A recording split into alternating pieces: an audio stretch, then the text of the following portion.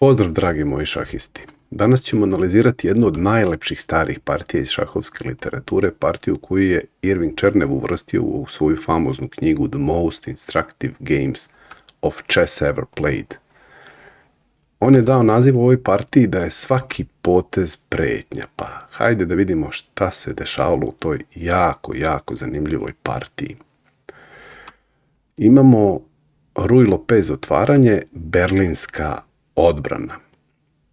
U četvrtom potezu beli Porges odigrava malu rokadu i ostavlja pešaka na E4 nebranjenog.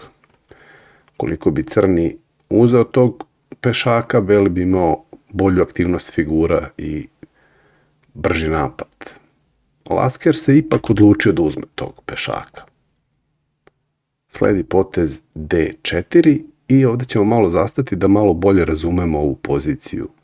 Jer ovdje želim da vam pokažem razne kombinacije koje postoje u ovoj poziciji. Inače, odmah da vam kažem, Lasker je ovdje odigrao potez lovac E7. Ali to ćemo se vratiti malo kasnije, pošto ovdje imamo par zanimljivih linija koje treba da pogledamo. Imamo liniju gdje pešak uzima na D4. Ovo bi bila velika greška, zato što se ovdje otvara E linija za topa i u ovoj liniji bi crni ostao bez figure. Dakle, napad na skakača, crni pokušao da brani tog skakača, beli uzima pešaka i sada neodbranjivo sledi posle, potez F3. Da vidimo još jednu liniju. Linija D6 također vodi do katastrofe za crnog, zato što dama dolazi na E2, vidimo napad na skakača i sada ovdje crni ima dva načina kako da reaguje. Jedan od načina je da skloni skakača na F6, beli uzima pešaka na E5, crni uzima na E5, skakač uzima na E5, vidite pretnja otkriveni šah, vidite da je ovaj skakač vezan i ovaj skakač napada čak i ovog skakača, tako da ova linija bi dovela do katastrofe za crnog. Ovdje najjači potez za crnog je lovac E6, ali onda gubi materijal. Dobro, da se vratimo na poziciju, umjesto da skloni skakača na F6, ovdje imamo i opciju da pokušamo, recimo, kao crni da branimo tog skakača. Onda u tom slučaju beli može da uzme pešaka na E5 i ponovo vrši pritisak na polje C6. Ukoliko bi crni odigrao lovac D7, sada lovac uzima na C6, lovac uzima na C6, F3 i sada kada se ovaj skakač skloni, ostaje otkriveni šah. I da pogledamo još jednu liniju u ovoj poziciji gdje je beli odigrao D4. Postoji linija koja se ovdje često igra i koja vodi do remija. Ovim potezom crni bukvalno pita belog da li hoćeš brzi ili remi u završnici. I imamo opciju da ukoliko lovac uzme na C6, ova pozicija se zove Berlinski zid, dakle vodi do te famozne završnice koja se zove Berlinski zid i imamo varijantu gdje nakon poteza skakač D6, umjesto da beli uzme lovcem ovog skakača, da odigra D, uzima E5, onda bi u ovom slučaju, znači da ostavi ovdje lovca, ali to je samo privremeno, ovdje bi došlo do velike razmene figura i ponovo do brzog remija. Da se vratimo mi na našu partiju. Dakle, u ovoj poziciji je Lasker odigrao potez lovac E7. Beli nastavlja ovde partiju sa potezom dama E2, napad na skakača. Skakač dolazi na polje D6.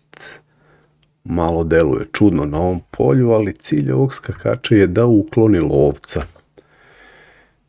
I Porges je ovde uzeo skakača, ali recimo da je pokušao da sačuva lovca i da ostane sa lovačkim parom i da ga je povukao recimo na A4,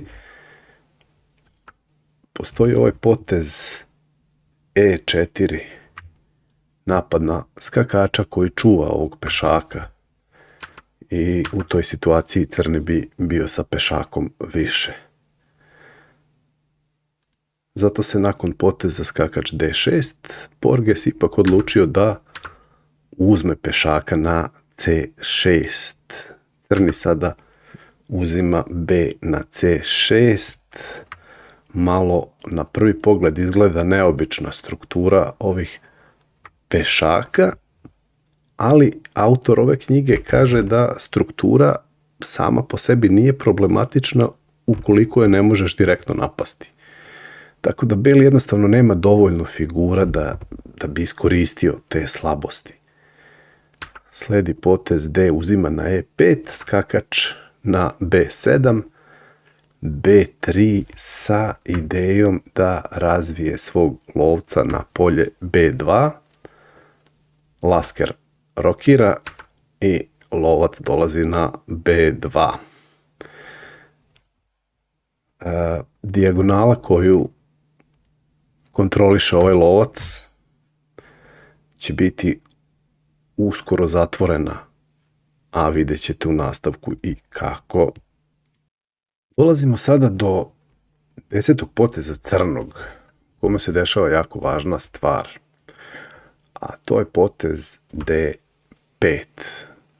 Ovaj potez je Lasker odigrao u pravo vreme, ni prerano, ni prekasno, već onda kada još bele figure nisu razvijene potpuno. I čini mi se da ukoliko crni nije sada odigrao taj D5, mislim da više ne bi nikad imao vremena da aktivira sopstvene figure, jer bi to inicijativu preuzeo beli. Beli uzima na D6, C uzima na D6, crni ovde uspeva da odudupla svoje pešake, skakač sa B na D2, top P8. Ovo je potez koji ne daje šah, ali postavlja nekako tog crnog topa u centar događaja i dovodi u nelagodnu poziciju belu damu. Beli bi rado sklonio damu sa E linije, međutim nema baš polja gde da je skloni i on je u partiji povukao potez top F-E1. Ali da vidimo gde je mogao da stane, recimo dama D3 je nekako najnormalnije polje, skakač napad na damu, dama dolazi na polje C3 sa pretnjom mata, ali tu imamo lovac F6 i vidimo da sada ovaj lovac na B2 može lako da padne. Jedini način da se to spreči je skakač D4. Ali vidite, to je onaj princip otpuštene opruge, prosto se sve samo otvara, sledi novi napad lovac A6, top mora da dođe na B1 da bi nekako branio lovca, jer ako se dama skloni sa te dijagonale da lovac bude zaštićen. Top C8, dama B4 i fantastičan trik, taktički lovac D3 je ovde fenomenalan potez. Šta bi se desilo da beli uzme tog lovca, može odmah da preda partiju, jer sledi skakač jede D3, Dama je napadnuta, dama mora na A4 i skakač uzima na B2, top uzima na B2 i sad sledi C5. Kada se skakač skloni, pada top. Beli može da pokuša sa skakač C6, ali dama D7 rešava ovaj problem. Zato je u ovoj partiji Porges igrao top E1 i usledeo je potez lovac D7. Još malo zatezanja opruge, sledi potez skakač E4. Kompjuter je ovde rekao da je najjači potez za belog skakač F1. Potez skakač E4 je greška belog. On je odigran u partiji i prednost crnog je ovde skočila sa izjednačene pozicije na 1,5. Ovo je potez koji otkači onu oprugu, energija se akumulirala i kreće eksplozija i svaki sledeći potez je pretnja. Lasker sada nastavlja partiju potezom D5, napad na skakača. Skakač mora da se vrati na polje odakle je došao, znači skakač na D2. Sada potez lovac A3, dvostruki napad, napad na damu i napad na lovca. Sledi lovac E5, dakle beli je rešio da sačuva obe stvari, ali sada sledi nova pretnja, a to je potez F6. Beli ovde pronalazi zanimljivu ideju i igra dama A6 sa napadom na skakača i na lovca. I moje pitanje je šta biste vi, recimo, nakon poteza koji je odigran u partiji F uzima E5, koju biste vi figuru ovde uzeli? Da li lovca, da li skakača? Ukoliko biste uzeli skakača, usledio bi potez E4. Napad na tog skakača. I sada taj skakač ima dva polja, može da ode na polje recimo G5, sa idejom da ako dama uzme tog skakača, beli uzima lovca, ali crni ima još jednu figuru da uzme. Dakle, skakač G5 ne bi radio, ali da li bi radio skakač D4? Onda bi crni ovde imao potez lovac B2, dvostruki napad. Beli može da pokuša da uzme pešaka, ali je ovo izgubljena partija za belog. I iz tog razloga se Porges odlučio da uzme na A3 lovca. Ali sada sledi nova pretnja. E4. Skakač dolazi na D4. Pa nova pretnja. Dama F6.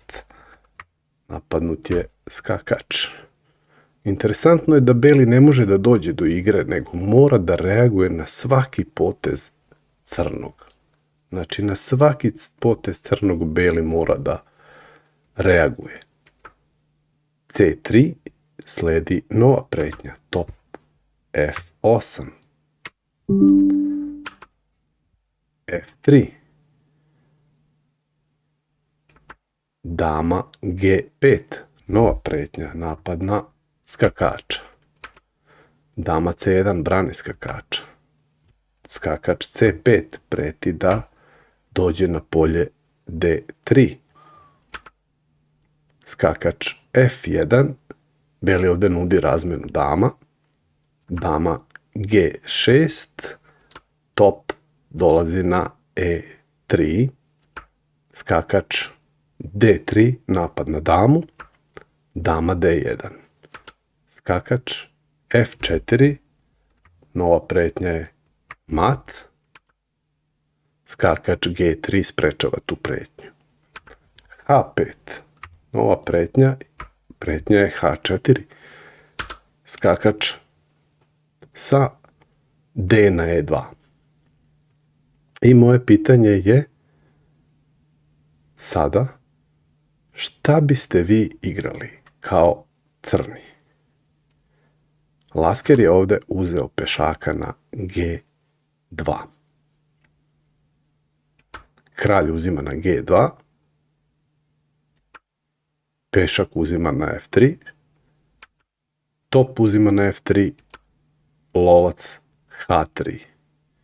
U partiji kralj je uzeo na H3, jer ukoliko bi išao na F2, top uzima na F3, kada kralj uzme H4, najjači potez, dama D4, top F8, skakač F4, dama G4 šah, kralj E3, H uzima na G3, top dolazi na G1, top E8 i to je kraj za belog.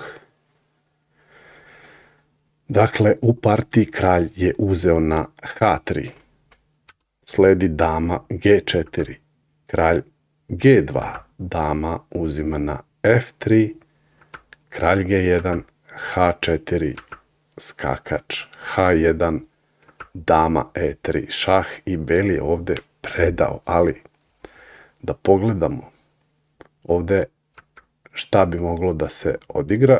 Imamo dva moguća poteza.